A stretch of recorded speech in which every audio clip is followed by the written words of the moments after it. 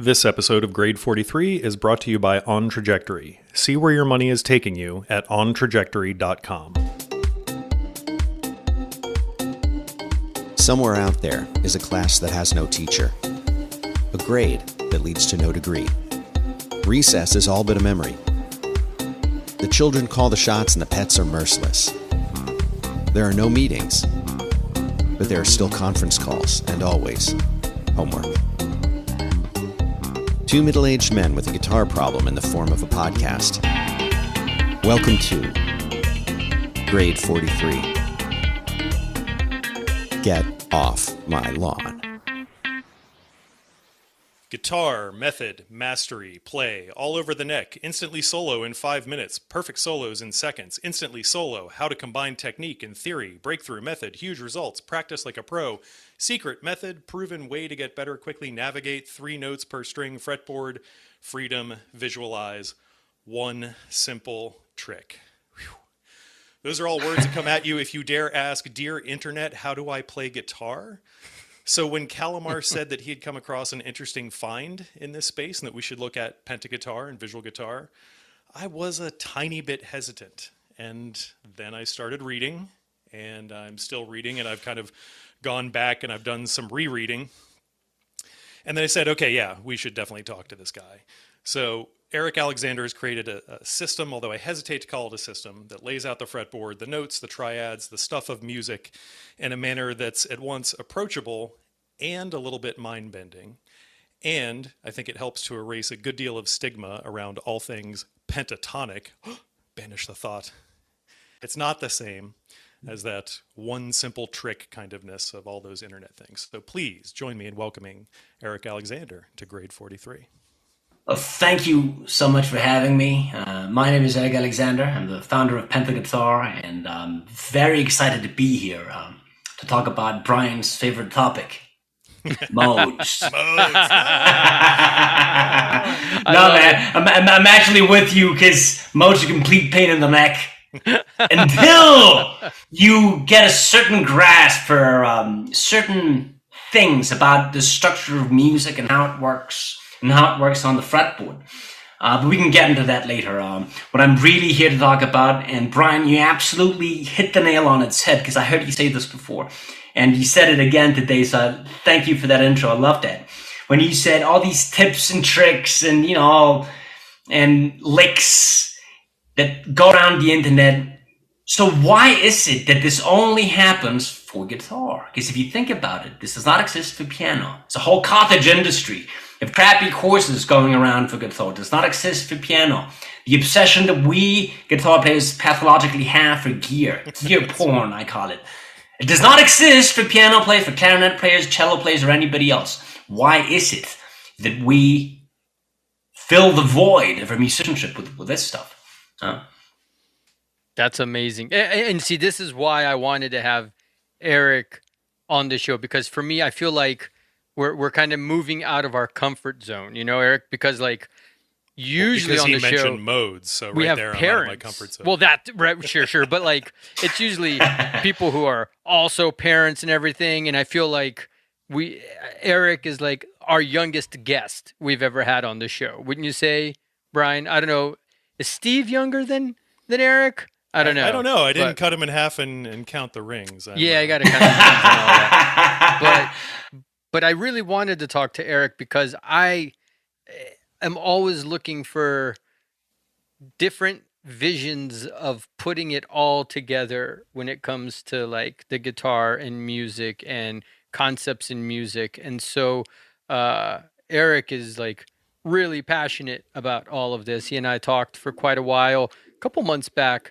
And so I was like, we got to have him on the show and pick his brain and kind of, learn his origin story, sort of, because anyone who claims to have a vision for all of this, they got to be a little bit crazy, and that's kind of awesome. So, bring it on. That makes him the ideal guest for Grade 43. Yeah, bring it on. Exactly. And Brian, you had a pretty important question you wanted to kind of kick it off with. Yeah. Right? So once and for all, we hope to put it to bed. So is it a circle of fifths or is it a circle of fourths? Well, it's both. Because Kalimar and I go back and forth about this. It's both of them, man. I mean, look at it this way. It's a clock face. So which way do you want to go? Well, you have, in music, you have to be able to move in both directions. And now, this is a huge misconception about the circular fifth, that it's only for keys. Well, no, it's about a 12-tone system. Everything in music, in the music that we know and love, is encapsulated within that 12-tone system. If you think of the keyboard is one interface into this 12-tone system. So you have 7 white keys, 5 black keys. 5 plus 7 is 12, and it's a cycle that recurs. Now, on guitar, well, it's very obvious where you have the 12-tone system laid out chromatically along the fretboard. But what is not so obvious is how does it work across the fretboard?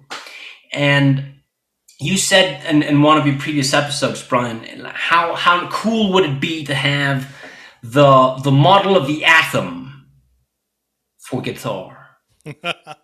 Wow, an informed listener. We love that. That's amazing. Oh yeah. I'm prepared, man. And so let's get to that model of the atom for everyone listening here. So if you take your guitar and you look at the strings, now everybody says, okay, it's 4 perfect fourths with 1 major third thrown in for good measure. Well, guess what? That's not a system. Because you got perfect fourths. If it's all perfect fourths, it's a system. Huh? Then you throw in a major third and the system is broken. So that's not the system. If you think of it in terms of perfect fourths and 1 major third, then it's broken. You have to find the one system that encapsulates the whole idea of the tuning system of the guitar. Now, this is very, very simple, because if you take string 1, string 3, string 5, so you're skipping 1 string down at a time. Yeah, right. And then it's a cycle. Why? Because we have an E at the bottom and an E at the top. So E, G, A, skip the E, B, D, E. E, G, A, B, D, E. E, G, A, B, D, E. E, G, A, B, D, E. Is that making sense? Yeah, well, here's one of the things I love too, because if you've done your homework, you realize that I love Brad Carlton as an instructor, and I try to work in a Brad Carlton tidbit into every show. And one of the things I loved about your book is that you got to be able to be prepared to sing what you play. Everything. You just did that kind of expertly, and I don't think anyone's really ever just kind of like picked up a guitar and said like, no, let's go this way. It's trying to be formed into a shape. So one of the things, and I've already like overrun all my notes just in your brief explanation there, is how many middle C's do we got on a guitar, right? I mean, you made 5. the analogy of the keyboard early. So, I mean, that's like... We got 5. So we got middle C here, middle C here, middle C here, here, and here. And if you think of it that way, if you're reading a piece of sheet music, then, well, why does it make it so hard on guitar to read sheet music? Well, that's the first thing. But the other thing is, if you think of the major third, okay, let's say I've got a major triad. So nice. Major triad. Cool. So now I'm going to put it on the next string set. Works. Put it on the next string set. Oh shit, it's broken. I got to fix my fingering pattern, yeah? And then once again, so you got 3 variants. One is good for 2 sets of strings, and then 2 more variants. And this is what happens on guitar if you think of it as this broken down system. We have a bunch of fourths in this major third. Whereas, if you take this point of departure of, no, this is a pentatonic scale, actually, and it's broken out across 2 octaves. Once again, it's a downward. It inverts the order. That's part of the reason that it's always been there and people have not been able to see it. It's one thing to say, like, yeah, it's a pentatonic tuning because all the notes of the pentatonic are there. but it's another to see the algorithm that's hidden within it. So let me ask you a question there. So, given that I can get a guitar and I can play the standard box-like pentatonic scale on it, right? 2 notes per string up each of the strings. Are we not just? Well, I love the way that we're talking about things being pentatonic here, because aren't we just talking about one pentatonic shape versus another pentatonic shape? And one of those shapes actually does what you're calling for, and it kind of encodes itself as a system, right? Well, let's put it this way. I've heard you talk about caged, this so-called cage system. Now, I hate the acronym, so let's get rid of the acronym. Nobody likes cages. I don't want to be in a cage. You don't want to be in a cage. I want to uncage my thinking in the measure that that's possible. So, but let's think about it, because you got these 5 shapes. C-A-G-E-D. What do these notes spell? Have you thought about that? Caged. No. Leave the acronym aside for just 1 second. What does it spell musically? C-A-G-E-D. C. It's a downward pentatonic scale. That's what it is. Yeah. C-A-G-E-D-C. So you got these 5 shapes. Yeah? Now, why would we have 5 shapes? Okay, guess what? We have already figured that one out. Because we have a pentatonic system that determines the layout of notes all along the guitar. So anything and everything will come in groups of 5 shapes. So you got 5 shapes for your chords. You got 5 shapes for your pentatonic scales. You got 5 shapes for your diatonic scales. And then you got 5 shapes for the missing layer, for the what you might call the model of the atom here. Okay. Line 0. Yeah, and I want to go back to that, because I'm not sure if Brian caught what Eric is saying about the strings of the guitar. If you're starting on the very high E string and you alternate strings, what do you get? You get the pentatonic scale. You get the E pentatonic. That's what he was saying. So it's like, if you were going to take your box pattern of the pentatonic scale, and I'll do it on the 12th fret just so that it's easier. It goes E, G, A, B, D, E, right? That's your pentatonic scale right there. Well, if you alternate strings on the guitar, you get the pentatonic scale, the E pentatonic. It goes E, G, A, B, D, E. So, and this is the pentatonic scale, it's just sort of like this circular thing in 2 octaves, I guess. Yeah. Yes, bingo. That's a nice way of putting it. And so anything and everything about the layout of the notes on the guitar, it stands to logic that it must come from this tuning system. Now, we could go into the history of this tuning system, and this is something that I've done a lot of work on, deep research on. Because everybody thinks that the guitar comes from the 1800s in Spain, 1700s maybe. And the reality of the situation is that this family of tuning systems, because there's 5 variants to it. If you think about it, you can place that major third in any of 5 places. You can have all fourths in 1 major third, with that major third in 1 of 5 places. And this is an old, ancient thing, going back at least as far back as ancient Persia, and perhaps with some deep connections to the Far East also. We've gotten into some, like, we're digging the history layer deep tonight. Yeah. But okay, so now to be sort of a contrarian here, right? So we established, because I'd never captured this thing of like, oh yeah, it's like a pentatonic scale alternating strings. You get the E minor pentatonic scale or G major pentatonic scale. But okay, how does it help us? Like, I get now that there's a system, so now the tuning kind of makes more sense, right? It's not like the broken system you're talking about of perfect fourth, up, major third, blurp. Okay, broke it. How does that help me as a musician in translating what I'm doing, or does that just give me a sense of at least some logic to the fretboard. Is that what that's? Well, you know that. Here's the thing: music is structured in layers upon layers upon layers of complexity, and it's a thing of beauty. And the deeper that one goes, the more power one gets on the instrument. So it always pays to be willing to be humbled by the sheer complexity and the sheer beauty of this system that has been put into our hands and that we take for granted, and we go, oh, I'm going to just plug some new gear into it. Maybe I'll find some new sounds. This thing is beautiful, man. It's ancient also. Now, to get practical, I'm going to tell you ways in which this has already helped you, perhaps unbeknownst to you. And the first thing I would say is caged.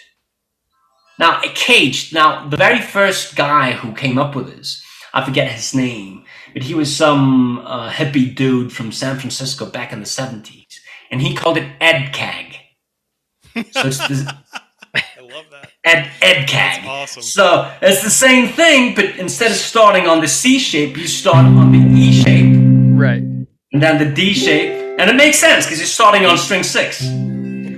And then the D shape, and then the C shape, and then the A shape, and then the G shape, yeah? So I might just start calling it EdCag just to mess with people. Anytime I go to San Francisco, I'm gonna check into my hotel under that name, EdCag. Yeah, Brian Love EdCag. But then in the 80s, some other dude came up with this brilliant marketing gimmick. And he said, okay, if I just start on the open position, this spells out this tight little horrible thing of an acronym, caged. And he got rich on that, but he didn't invent it. He ripped someone off. But that's the story of caged. So, well, how does this help? Okay, so you know that you're going to have 5 shapes, and that this caged thing, once again, what does it spell out? C-A-G-E-D-C. So it comes from that same pentatonic thing.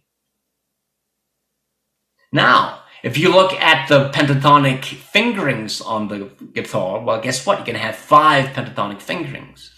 And then you look at the next layer of musical information, and that's the diatonic layer, where you have the major scale and, God forbid, Brian, the modes. No! We're already there. It didn't take long. We're 10 minutes in. We're at modes. Jesus.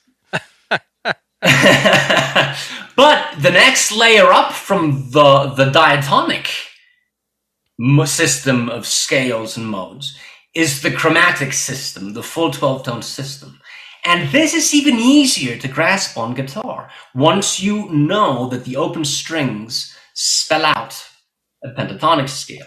Because let's do a little bit of an exercise. If you take a D minor or F major pentatonic scale, and then you take an E minor or G major pentatonic scale, then the overlap between these two together, this spells out the whole C major scale. So I've got my whole C major, or any of the modes, if you want to go down that route. Now, I don't. Pass on the modes. okay, so quick. No, it was just a joke. But quick parenthesis, because I must. If you dig a little bit into the history of modes, do you think that the major was always the main mode of the system? That is a question that I have had, that I have wondered. Like, who decided that the here major is the answer. Was the normative mode? The answer is no. That was decided upon sometime at the end of the Renaissance. And they slowly stripped away the use of modes, because they were more and more veering toward only using the Ionian and the Aeolian. And they stripped off the use of the rest of the modes. But up until then, and starting with the Byzantine Romans in Constantinople, they used what we call the Dorian mode as the main mode. But what they had done, and this came from the Syriac Church of Edessa, in this is ancient stuff, the early Christians, at the very, very start of Christianity. The main mode of the ancient Greeks and Romans was what we call Phrygian, but what to them was called Dorios. And it is this. It is a downward mode. So they couldn't have that, the early Christians, because down into hell, well, hell no. So they flipped the whole system of modes and in a very specific mathematical way. And they came up with the new Dorios, the new Dorian mode, what we call the Dorian mode, as the main mode for their system. And that stuck around for a good 1,000-ish years, something, a little bit more. And then the major scale was adopted as the main mode of the system, and major, minor, and then the rest of the modes were stripped. And that only really crystallized with Jean-Philippe Rameau, was one of the most important music theorists of all time, French dude, sometime around the 1700s, thereabouts. Man, this is awesome. I feel like I'm watching an amazing documentary as I hear you talk about this. I have to make one terrible joke and then a larger point. So the blues has been around for a long time, is what I'm understanding from that. But the thing, and just talking through all of the build-up to the point, the guitar, and I think you say this at one point in your book, is pentatonic. Yes. Like, so it just is, right? And so I think that's like, that's one of the easiest things that one can grasp onto as one just decides to pick up a guitar and I can play the box and whatever. And I can be instantly like passable, like okay at finding stuff. And that's kind of looked down upon. And everyone's trying to come up with some super system that will enable them to transit the entire fretboard in like one go and hit every note in every mode and like all these fancy things. But still, when you boil it back down, guitar is pentatonic. It's pentatonic. Yeah. And here's the thing, when going back to what we were first talking about, which is the circular fifths and fourths, because you got to be able to move in both directions. Right. And you can use it to map the different keys, but you can also use to map different musical systems, different ideas within music. So one thing you can do, for instance, you can take the circular fifths and plot out a pentatonic scale. And well, guess what? You end up with 5 adjacent notes on the circular fifths as a pentatonic scale. Now, if you take 2 pentatonic scales, 2 fifths apart, which is the same as one whole step apart. So let's say we take the D minor pentatonic scale, and we're just looking at just the one line all the way across fret 10 here. And then we do the same thing with the line all across fret 12, which is the E minor or G major pentatonic scale. And the overlay between those two gives you C major and or any of its modes. Now, the thing of beauty is this. If you look at the fret exactly between them, it gives you all the alterations, the 5 remaining notes. So this is like a keyboard. We now have all of the white notes and all of the black notes mapped out in an instantly visual way that allows you to also know where your alterations are, such that if you wish to modulate, instead of having to chase the root up and down the fretboard, you can go, okay, I'm improvising in C major. Okay, I want to go to B flat major, 2 flats. And I want to get rid of one of these flats, and I want to go F major. So you can do anything.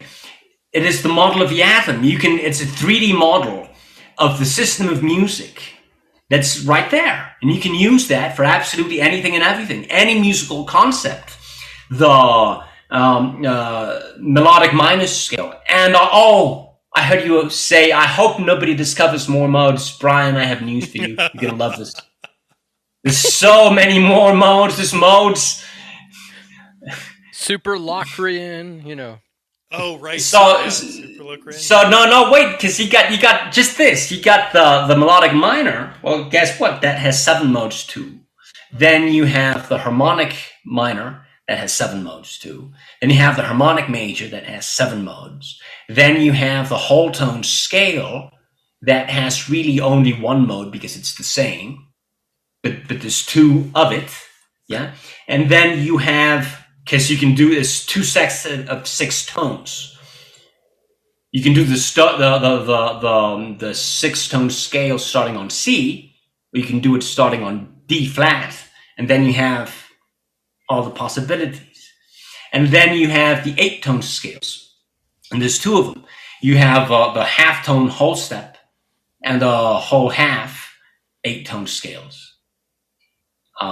And then that is the entire system of music. Now, the thing that is beautiful is that since we have begun from this instantly visual thing, object, entity on the guitar that is built into the guitar itself, it makes it instantly visual to also know where all the alterations are for each of these systems. And so in you're talking about your earlier example, we've just kind of been talking about line 0. Is that? It's all line 0. The whole guitar is line 0. But in your very first introductory book, line 0 is that area that you derived there using the 10th and the 12th fret. Yeah, you derive it. You start from the open strings, and you got your pentatonic scale there. And then you put it on fret 12 and fret 10, and that's all of your white keys. And you put it on fret 11, and that's all of your black keys. But then this system, and now a lot of people look at this and they will say, okay, this is just this tiny little portion of the fretboard. What good does this do? Because what's with the rest of the fretboard? Well, because everybody wants to fly from one end to the other, right? Exactly. Couple things. First of all, this is already more than 2 octaves. Which is more than half of the notes available on guitar. Yeah. And you have to be able to create music and to think music within a 2-octave range, or you're screwed.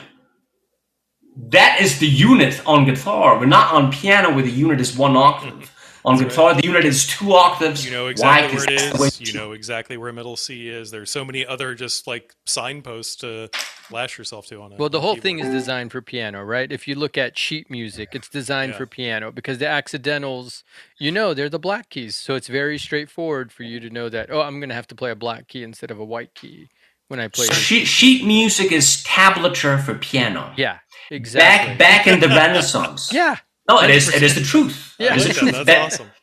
So back in the Renaissance, when sheet music was formalized in the way that it currently exists, they used a bunch of different systems, and they were exploring different systems for notation for both lutes, which is the direct ancestor of the guitar, and for the organ, the church organ. And on guitar, they had this tablature system. Well, there was Italian tablature and there was French tablature, and they invert the order of the strings.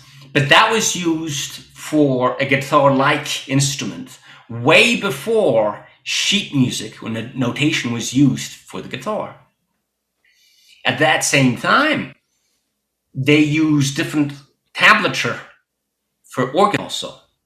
And the thing with the music notation and the keyboard is that you get one sign maps to one key, which is the reason why, it should be obvious to state that music notation is tablature for the keyboard. Mm-hmm. Mm-hmm. And the huge advantage of tablature on guitar is that you get that same thing. You get one sign, one place on the keyboard, on the fretboard. Yep. Now, the disadvantage is that it makes you musically illiterate. Yeah. Right. Okay, so I'm a knucklehead. I don't know anything about this stuff. I've been playing my rock and my blues, and now you tell me, like, hey, the whole diatonic scale, and actually, you even got 2 pentatonics here, dude. This is cool. But then I play it, and it's like, it doesn't really sound cool.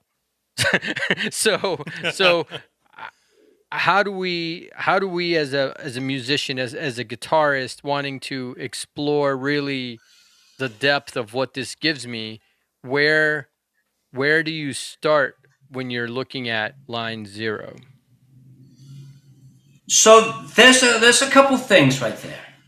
One thing is that since this contains these lines across the fretboard, these lines are stand-in for the full pentatonic shape. So I can, if I'm in C major, I can do my D minor pentatonic scale. Let's say that I'm in C major, but I run into an F major chord or into a D minor chord. So I can select chord tones that will perfectly fit and match the harmonic situation that's going on from within, in this case, C major, because of course you can transpose this anywhere on the fretboard. So you can, one thing you can do is you can pick out the pentatonic tones. And this also goes for the modes, because if you're in the Dorian mode, well, you might want to emphasize the D minor pentatonic scale, even if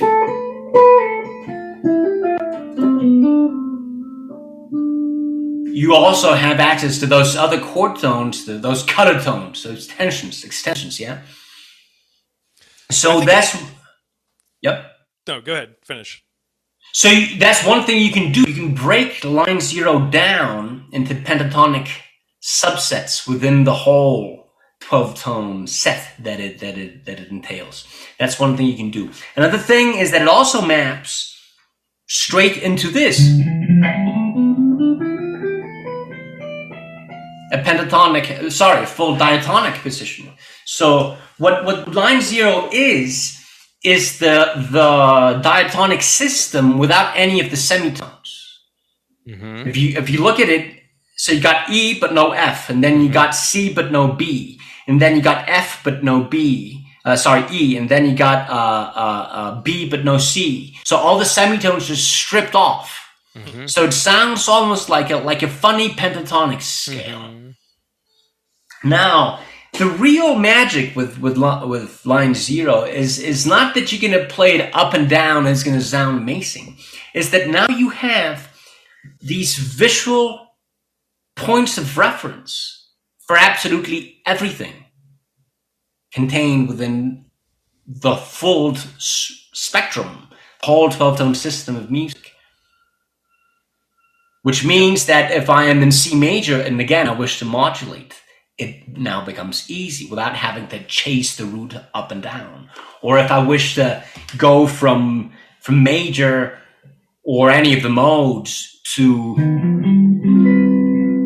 melodic minor or any of its modes, then it's easy because I have a visual point of reference for that. That's the quick way of stating what this is. Yeah. So I have an important question, because I think this super appeals to me. I think this appeals to Kalimar.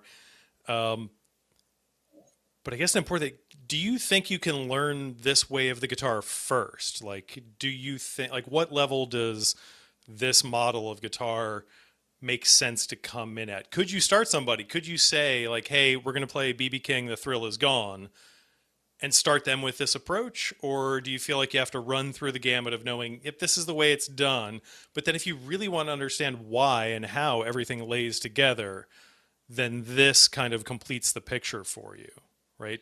What is here's the quick answer to that, and the answer is it depends.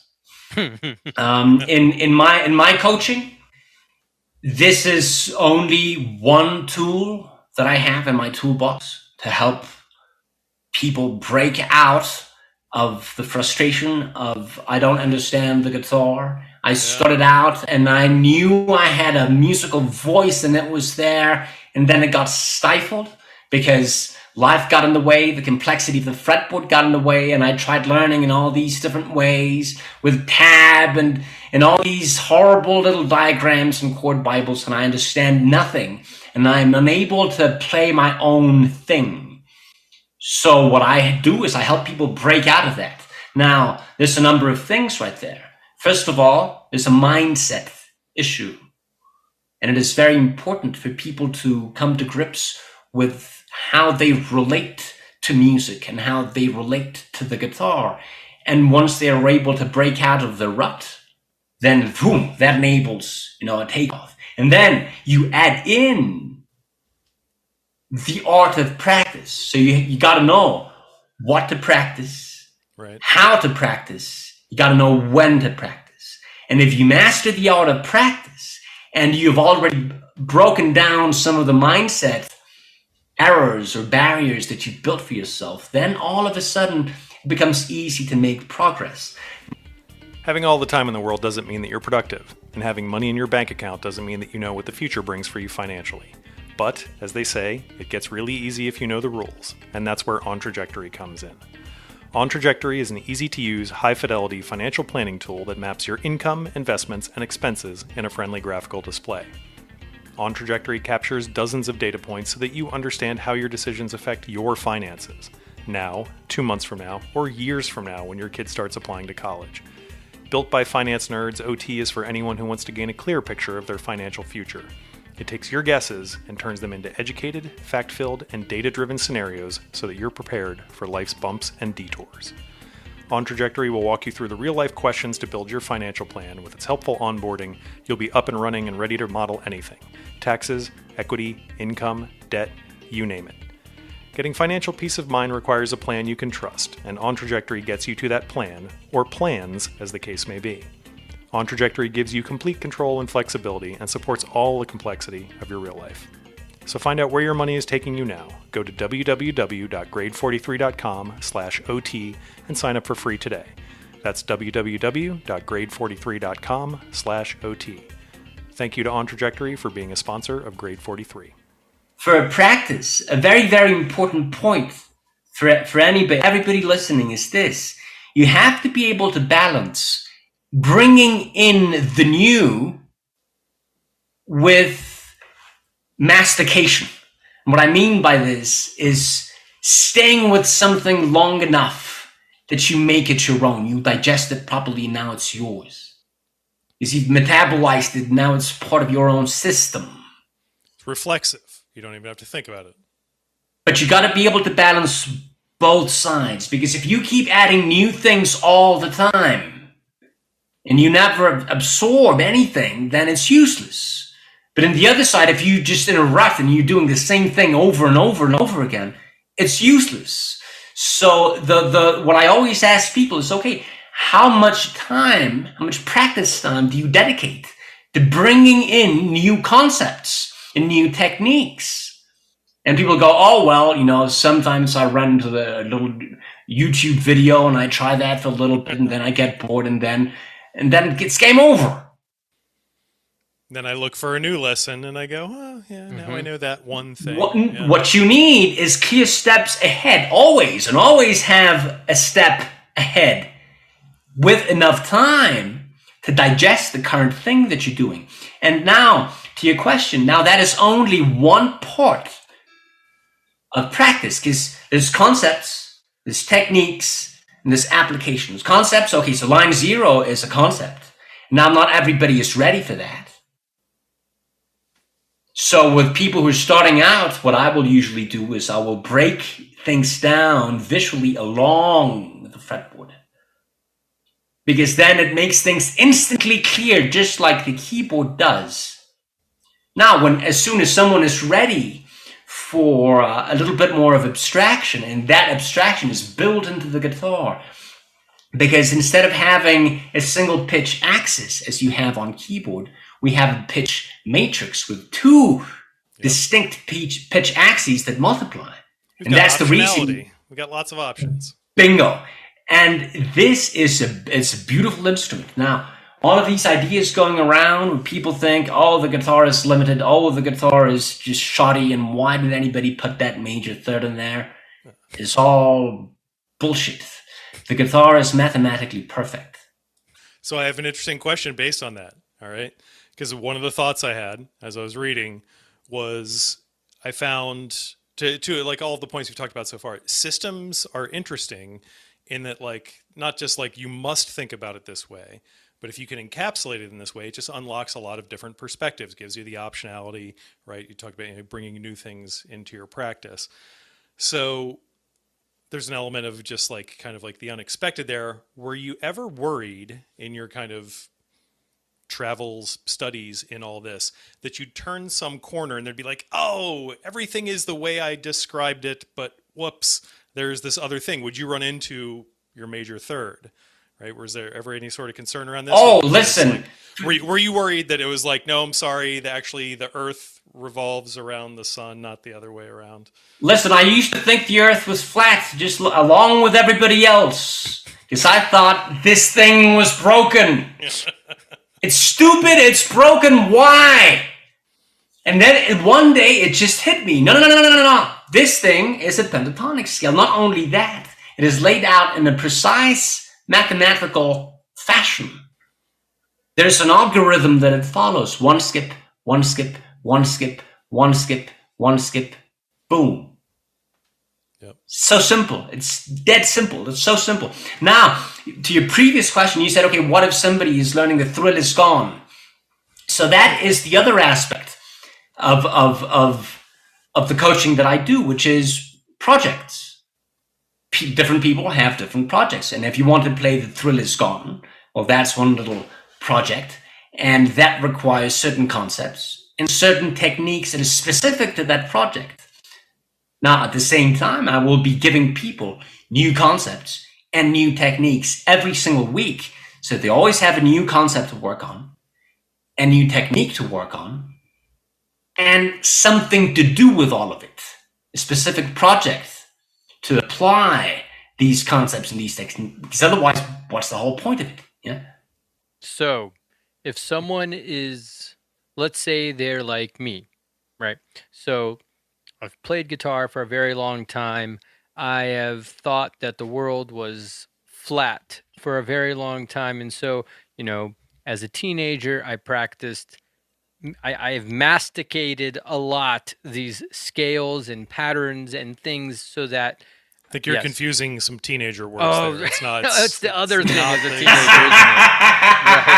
isn't it? So Right. Kalimar, Right. what were you doing exactly? Yeah, well, I definitely was a dork, so I think I was actually doing more of the mastication than anything else. And so now, in certain contexts, I'm very comfortable musically, and I can adapt quickly. Because something that I'm always looking for is like, how quickly can I adapt to playing whatever we're gonna play, right?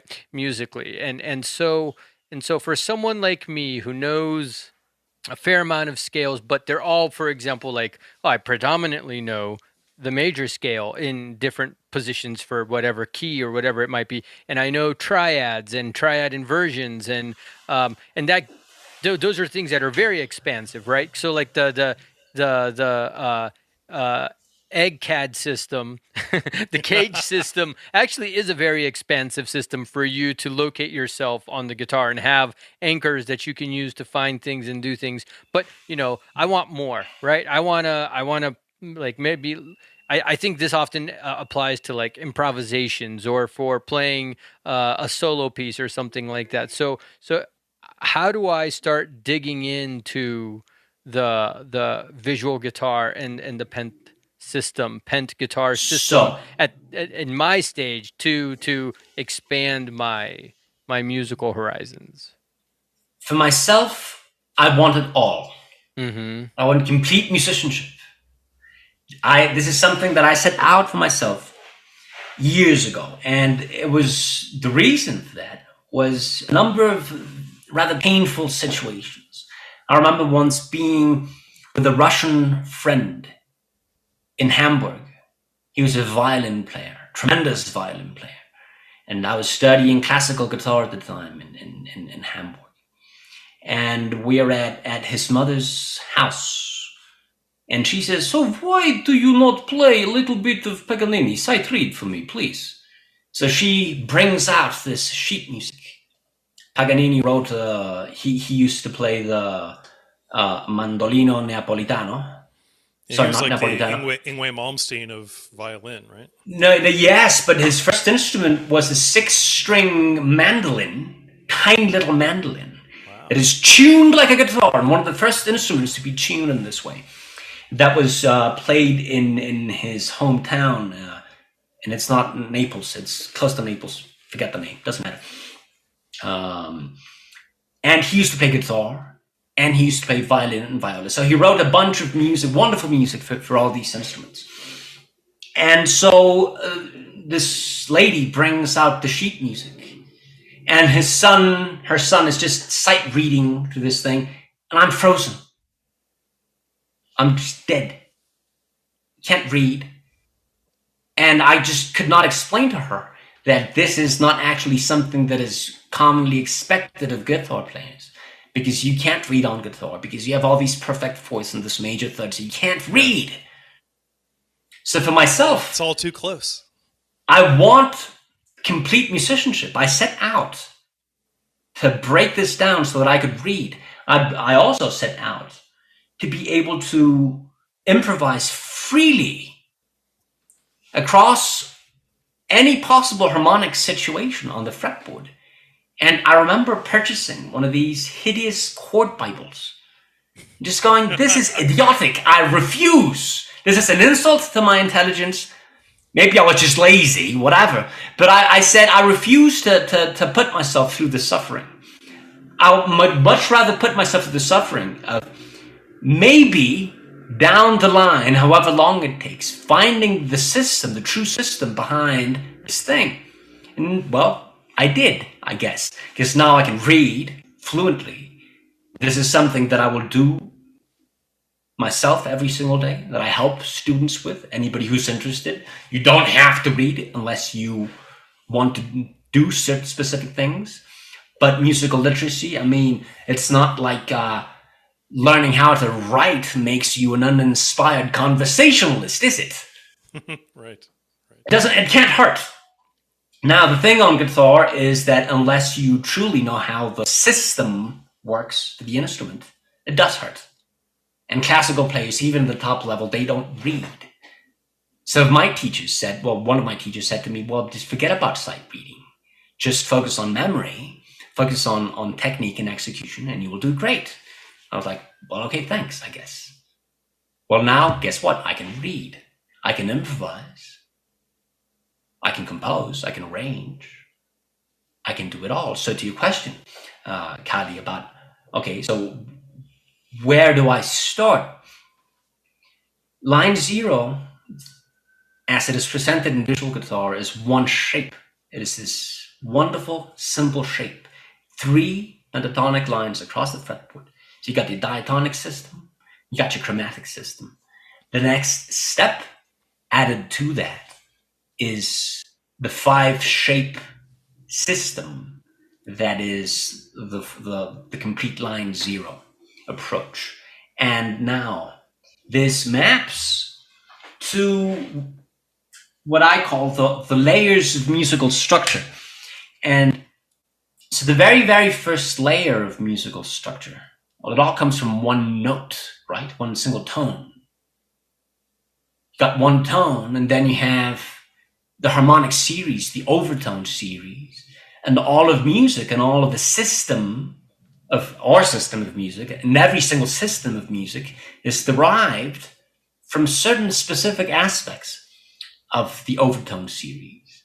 So you got one tone. Then the next layer, and that includes, by the way, octaves.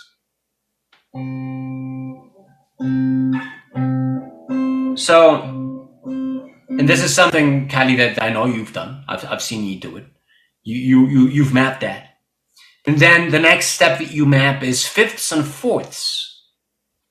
And that is what gives you, it's the root of the circuit of fifths, which is the root of the 12-tone system. Yeah, and they so have fifths and fourths. They have the overtones, right? You know how I know when to change the battery in my tuner? When I go to tune one of my strings, and I know by ear it's mostly in tune, but it's being read as the fourth or fifth of one of its complements, right? Mm-hmm. So I think those things all kind of hang together. So we've hit a million different kinds of nerves in all of our kind of guitar playing here. So you've done your research, you listen to Grade 43, you know that often we pick little lessons or assignments or bits or things and we do them as homework and we present homework.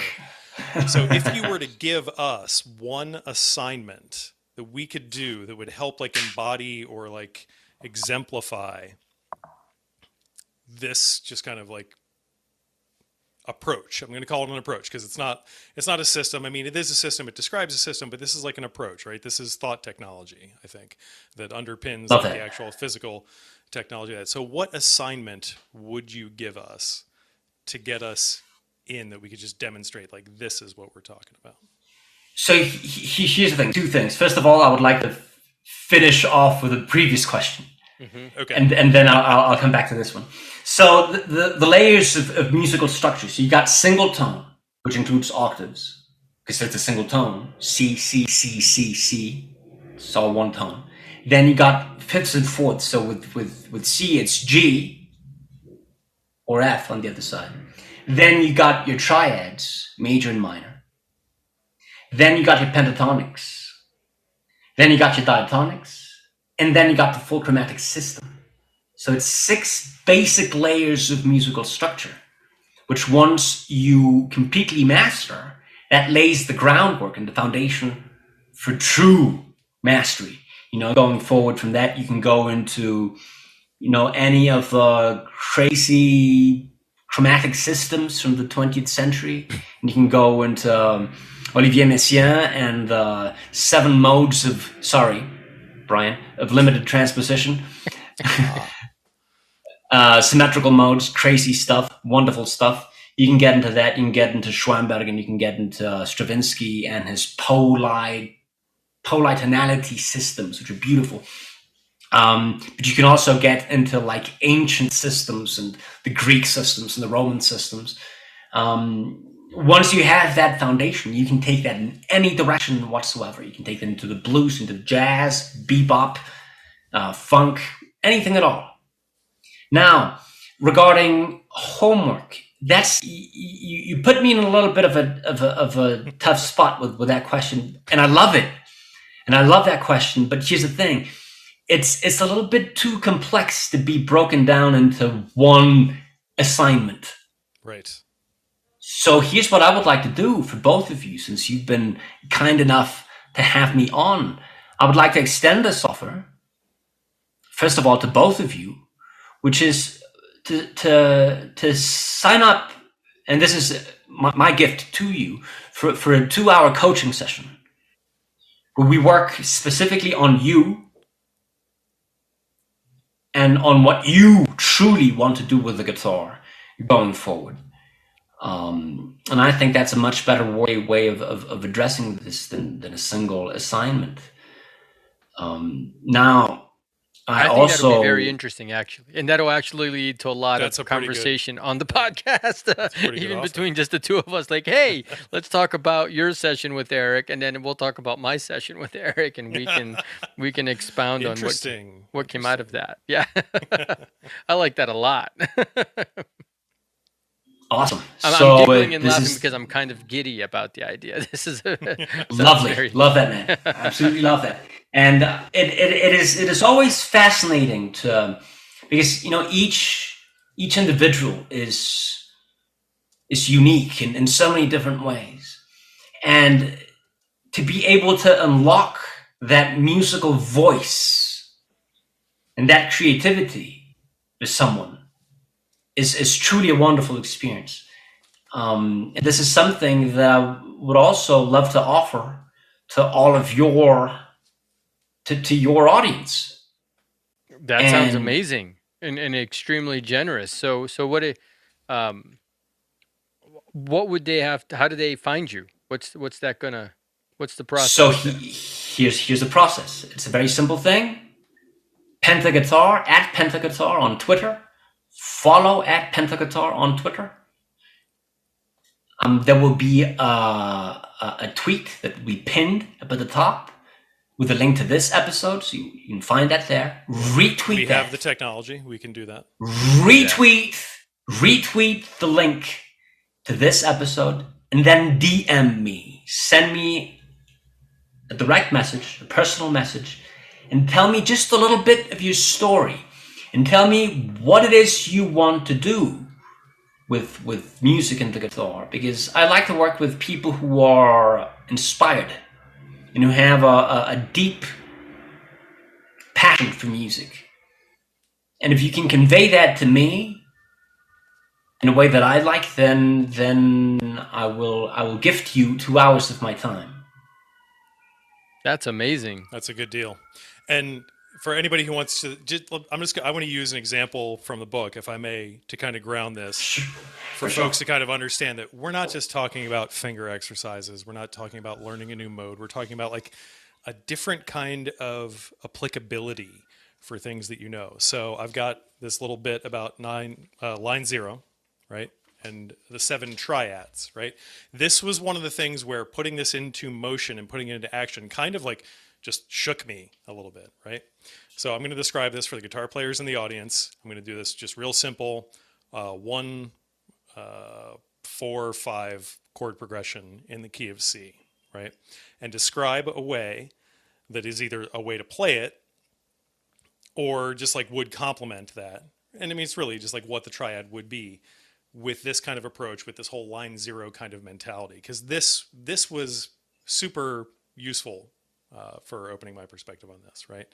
All right, so we need to play a C major chord, right? So we're going to play the C on the 10th fret of the D string, right? We're going to play the G on the 12th fret of the G string, and then we're going to play the E on the 12th fret of the high E string, right? So that's your first one, your C major. Then we go to F major. You're going to hold down that same C, starting on your D string, right? Starting on the 10th fret of your D string. Mm-hmm. And then you're going to hold down the F, which is just straight down from that, and the A, which is straight down from that, and that's going to give you an F major, right? And there are a number of ways you could have arrived at that, right? If you could back that out, do some inversion stuff. And then you get to the G major, you're going to slide that whole rigmarole up 2 more frets. You're going to do D, G, and B up at the 12th fret in order to get your G major chord, right? So this is where it all kind of locked into me. It was like, instead of just always having to think, am I playing the C that's up on my A string at the 3rd fret, or am I playing it up at, a different location, where it really broke it down that you can just take these shapes, and in a span of basically 3 fingers worth of guitar, right? In real estate, we're talking 3 fingers worth of guitar. You can work all these same shapes through there with some sort of logical kind of approach that helps you understand just how the instrument that you're playing is designed. So I think that was, for me anyway, a huge payoff. Here's the thing, if I may. These 7 triads that happen to be laid out in a perfectly logical way on line 0. So a lot of guitar players learned these chord scales up and down the neck. Sort of what some people will call vertically. I call this along the guitar, or axis 1. Yeah.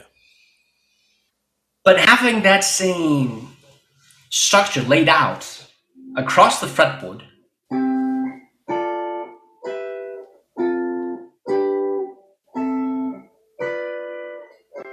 is so practical, because now I have all of the triads. Now this does not only go for triads, you also can do the same thing for 7th chords.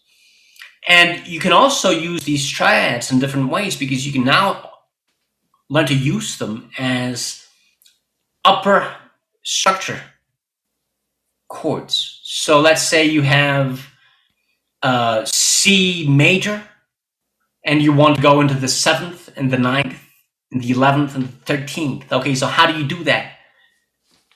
Okay, one simple thing that you can do is you can just go, okay, D minor. You got D, F, A, and then you got the 9th and the 11th and the 13th. Yeah. So if you have a C major situation, if you've mapped these triads, just slap on a D minor triad up at the top, and boom, bingo, all of a sudden you've opened up this whole new space without having to learn 1,000 million different chord boxes. Mm-hmm. When you understand the basics, you can save yourself so much time and so much effort in these deadweight approaches that everybody does on guitar. Where it's just, why learn a pattern for the pentatonic and a pattern for the diatonic if I understand that I just had 2 notes to the pentatonic is diatonic?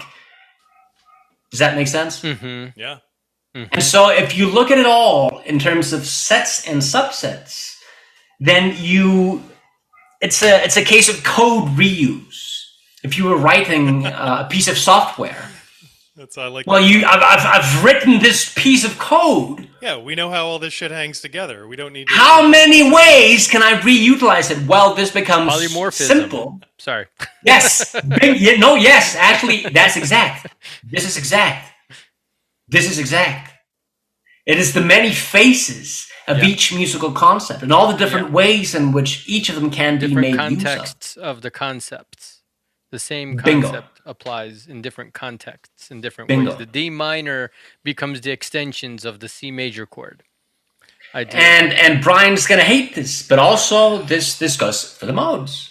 Yeah, I know. It's because I'm saying you're just like using code words for modes.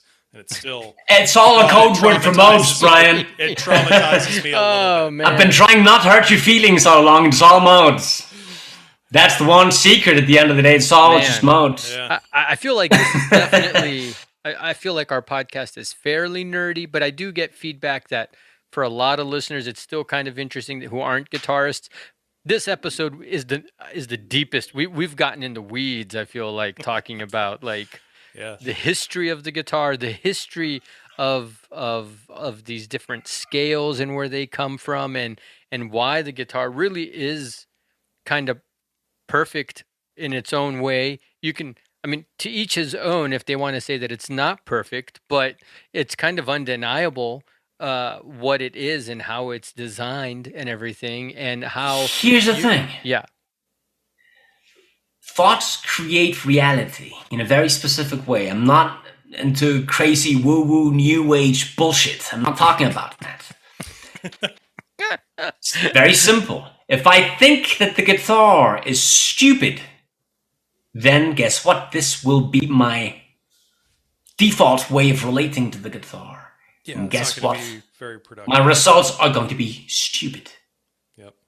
So Who was it? I collect these codes, and Kali was kind enough to hook me up with more recently. The people who seem to think that the guitar is either limited or idiotic. And well, I'm not out here to convince anybody. If you believe that the guitar is idiotic, then your guitar is idiotic because it is you who's playing it. On the other hand, if you realize the sheer mathematical perfection, beauty and perfection of this thing that's right here, then doors open up where you might not have imagined that they would.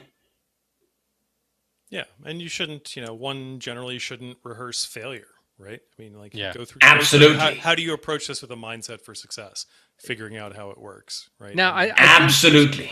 I think some of these cats that say these things, in some regard, it's a little bit tongue-in-cheek, right? Because some of them are amazing musicians also. But it doesn't do the instrument any... It doesn't benefit anyone to even use it as a sort of tongue-in-cheek kind of thing. I would love to be able to agree with you there. Yeah. I don't think it's true. For instance, when you hear Paco de Lucia talk about his love-hate relationship with the guitar, this guy is one of the most amazing guitar players, if not the single most amazing guitar player in history, at least recorded history. Just amazing, his skills, his creativity, everything. And he's on record as thinking the guitar is stupid?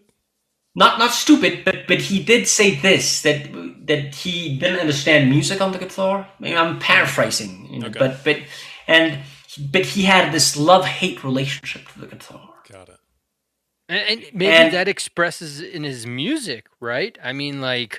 Relationships that are fiery, right? And maybe so, but and then you fight with it, and then you make up with it, and you fight with it, and that comes out in the music, right? Yeah, make-up sex is amazing. Bullshit.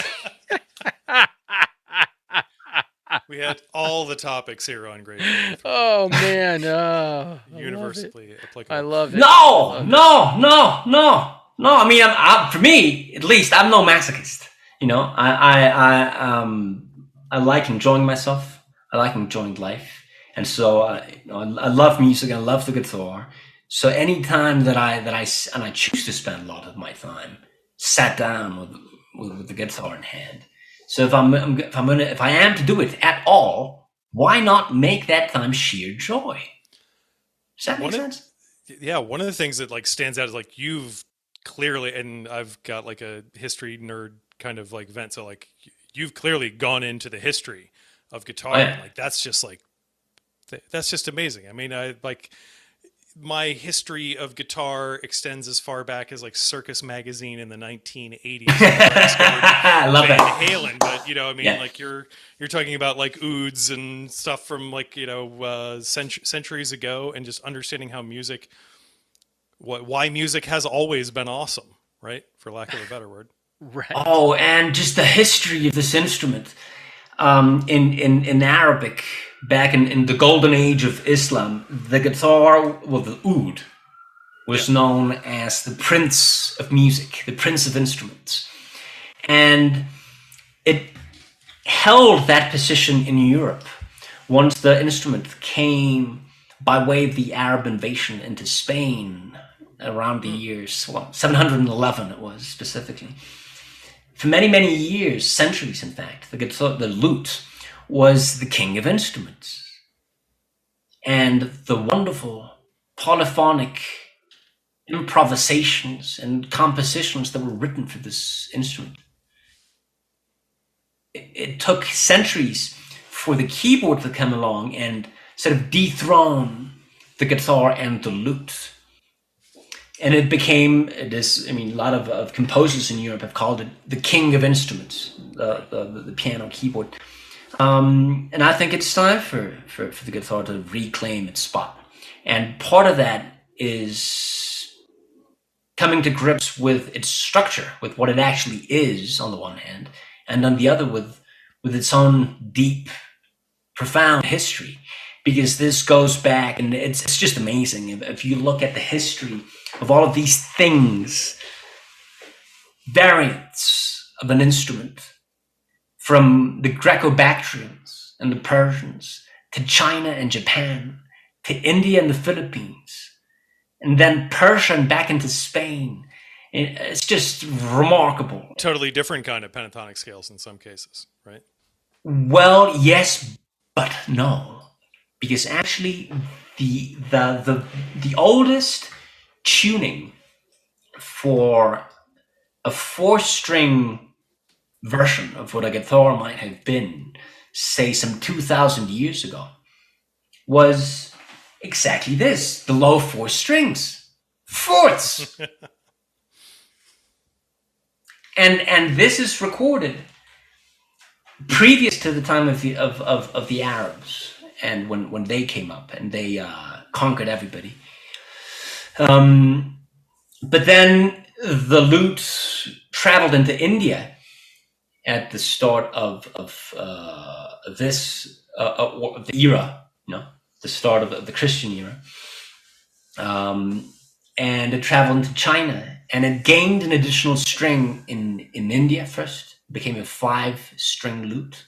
Okay. And then in China, of all places, the oldest 6-string lute that I have been able to locate is a set of diagrams from the oldest encyclopedia of musical instruments. And this was written in China sometime around the year 1100. But the diagrams all refer back. I've been able to decode some of the ancient Chinese that's written there, and they're all from a certain specific part in China and a very specific period in China at around the year 350 AD. So that's 6 strings, the oldest 6-string lutes, China. Now, the oldest lutes with chromatic 12-tone frets on them, also China. And the pentatonic scale is very Chinese. And the pentatonic scale, also China. So whose eras have been longer? Have we been,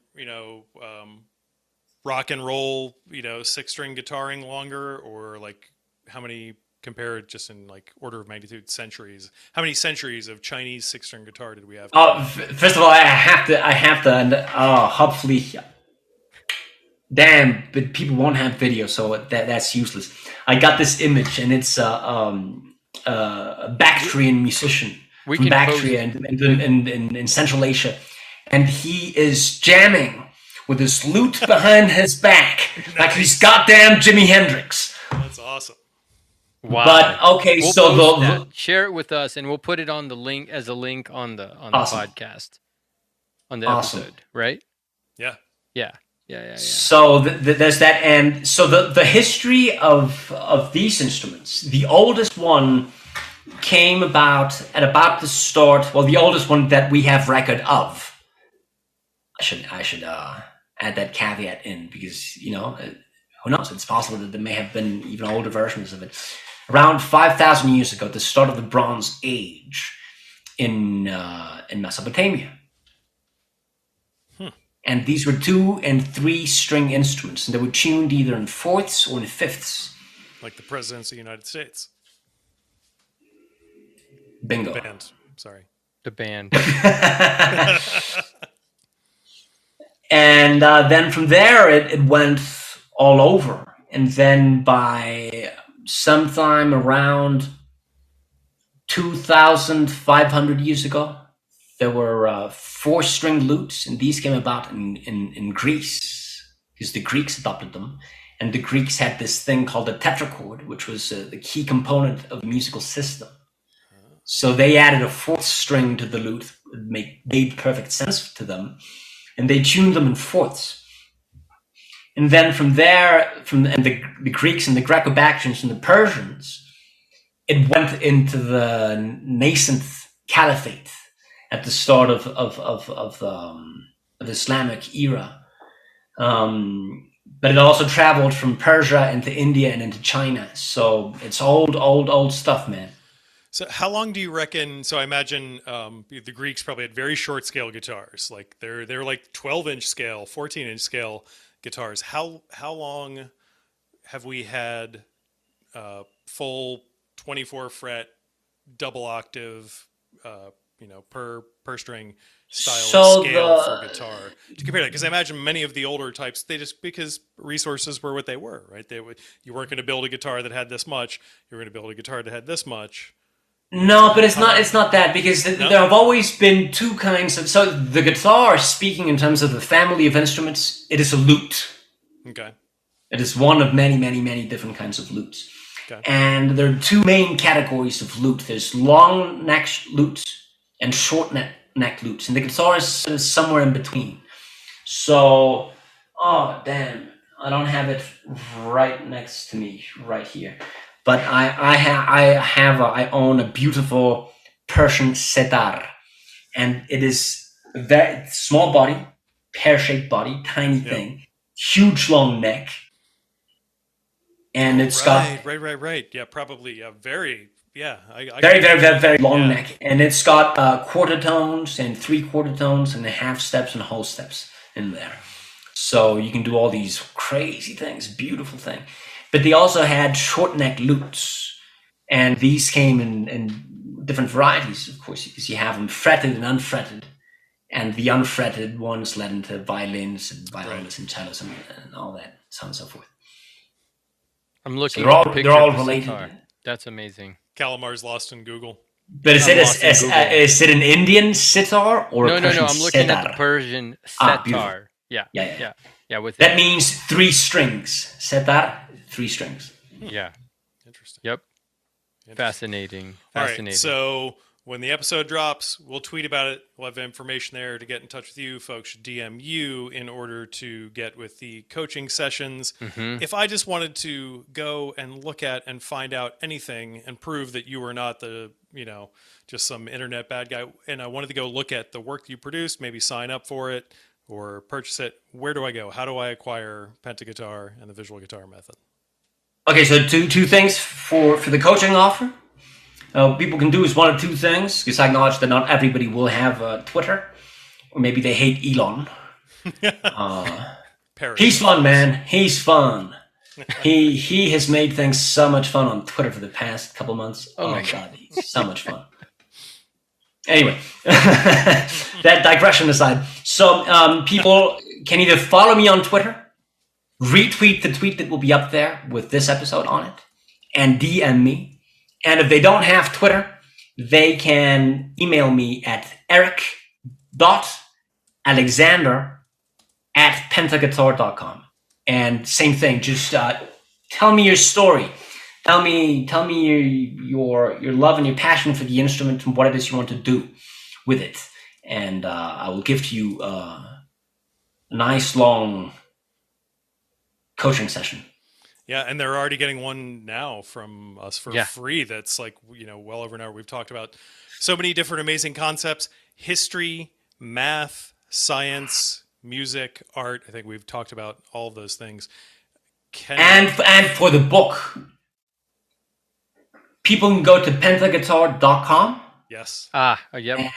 And the book is the very first offer that's on there, and there will be a discount code for the book. Wow. So put in grade 43, and you will get a nice hefty discount on the book. That's fantastic, man. That is good stuff. It is definitely. No, man, and I mean this is to say thank you to you guys for having me on, and pass it on, share the love.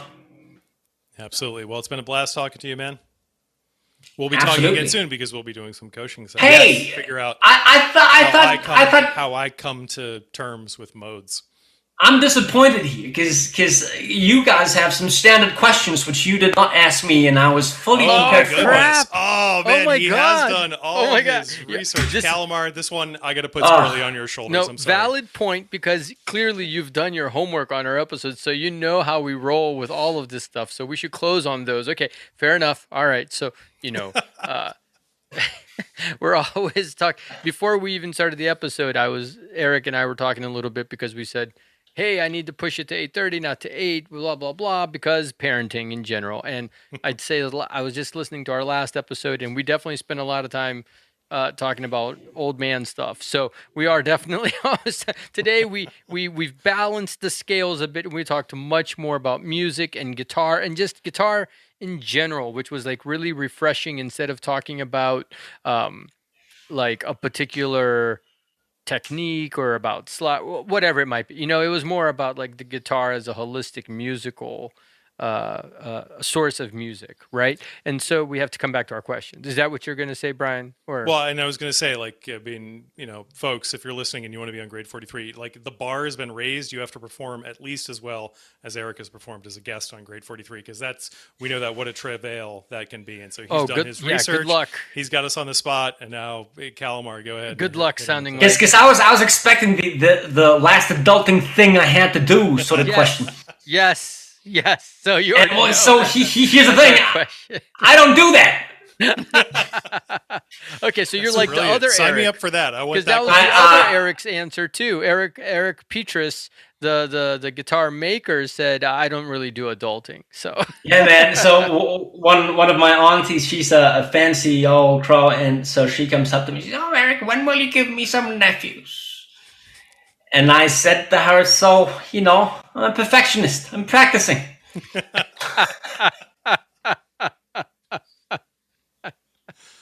Oh man. I got a feeling we're gonna have to have a part 2 of this episode. Well, we will, because we'll have the coaching thing. That was We'll have good. the Well coaching done, thing. and thank you for everything about this episode flowed so nicely. You definitely. I cannot wait to talk to you about the coaching stuff, because clearly. Awesome. We will set that up. Yes. If not this year, then maybe the start of Oh next yeah, year. it'll probably we'll get through the holidays. When people are through with their hangovers and all That's that right. jazz. That's right. we don't have that, I don't think, but yeah, there's too much going on before the end of the year. Yeah. Hey, listen, it's been awesome talking to and getting to know both of you guys, and talk to you soon. Yeah. Oh man, Awesome, man. thank you Great so to speak much. with you. All right, All the best. take care. Take it easy.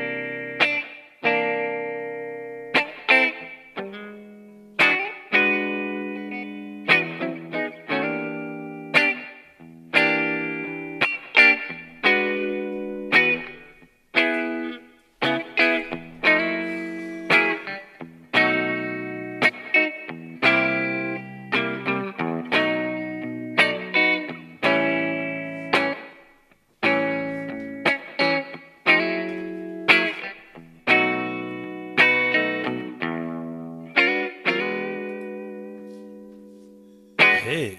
That was some good transition music. Man, that was something else. Huh? I told you Eric is a trip. Yeah, no, that was crazy. I feel like forget about his book. I just wanted to talk about the lute in 14th century England or something like that. I bet it was nothing like what you expected it to be. Nothing whatsoever. Like, not even close. Yeah. Okay. Are we on camera for this? Are we counting this?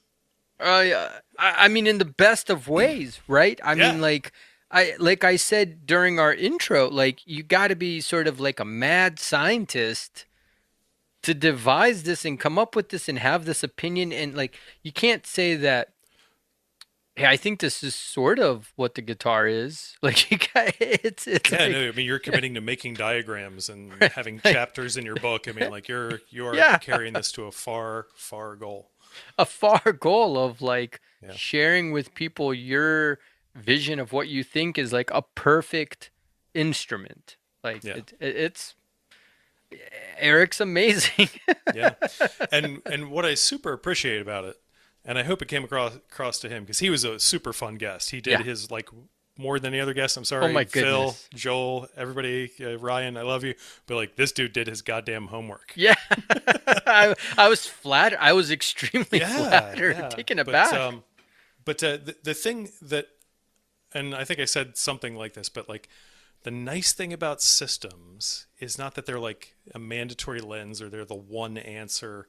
It's just like they can just show us different things, right? Yeah. So I don't think I ever thought of, oh, I have to play in this key and I can do it all within this, like, 3-digit space. Yeah. And I can play all over the key, any format of the key that I want to. I never thought that. I always assumed that I had to jump from here to here to here, and I had to transit my way up and down the neck, over and over again. So even if I'm never going to shred, even if I'm never going to read music or anything like this, just having the approach of going, oh my God, wait a minute. If I slow down and I recognize some of these things, they kind of, like, come into focus from the background, and they just overall help my playing.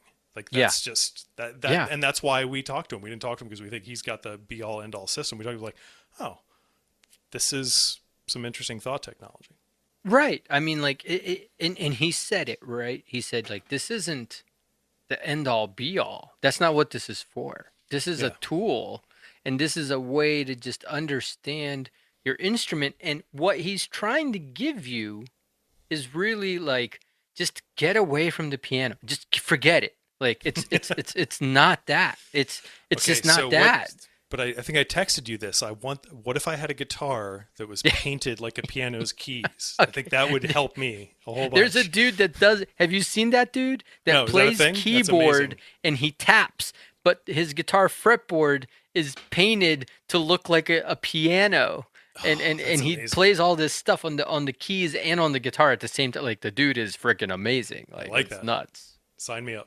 Yeah, that guy is great. We'll have a link to that guy on there. So, yeah, I like, and that's why I think when he's talking about it, he pauses a lot because he's saying some deep shit. And like, I mean, obviously it's about guitar and music or whatever. Like, no one's dying over it. No one's going to get hurt here. But, like, it's deep.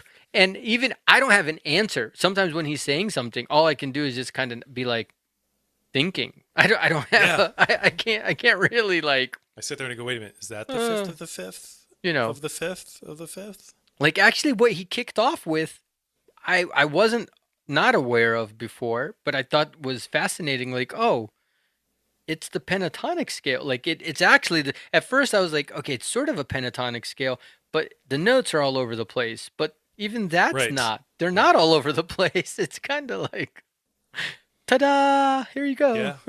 Yeah.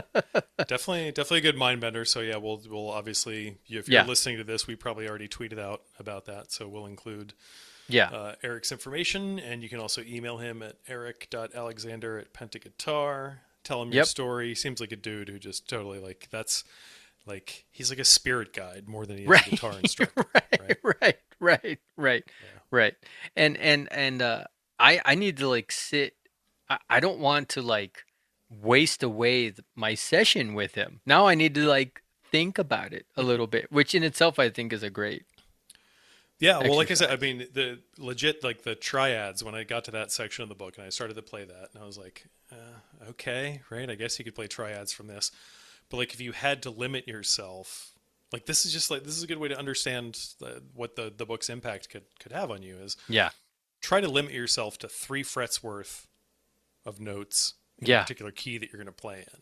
Yeah. Forget about where you're starting. You don't have to start on the fattest string and end at the skinniest string. You don't have to even end at the highest position, but just map stuff out in that context because it's all there.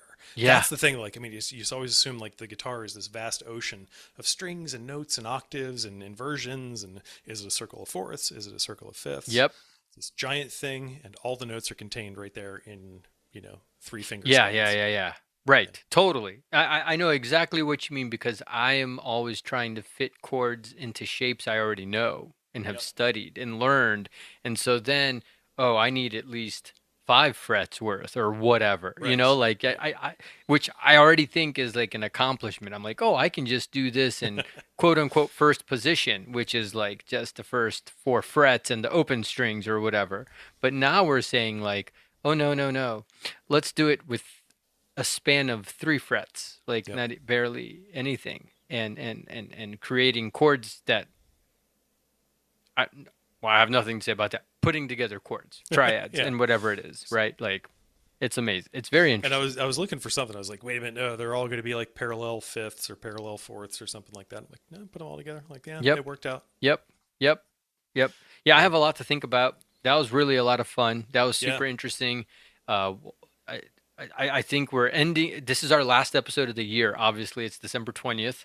That we're recording Next this. Next time you hear from us, I'll be like 45 pounds lighter. Oh, yeah. I'll have slept 8 hours every single day, read every book that I need to read. And I'll know all the modes. That's right. Well, I mean, that goes without saying. You wake up every morning and you play I've the modes built 3 guitars already.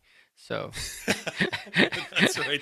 That journey has started. Tune in for that, folks. That's right. Kalimar the luthier. That's right. Next up, pickups. That sounds like a Cinemax late night movie. Kalimar the luthier. Lost a finger. And that's how Cal lost a finger.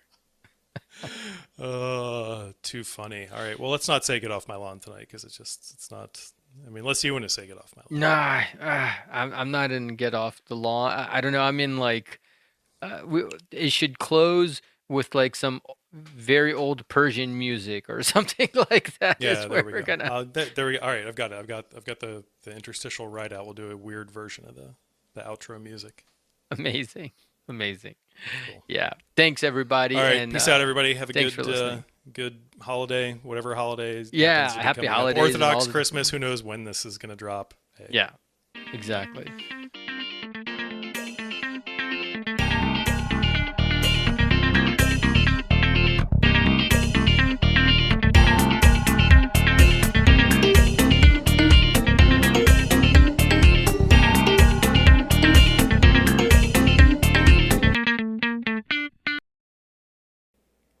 Wait a minute. We don't have any B-roll?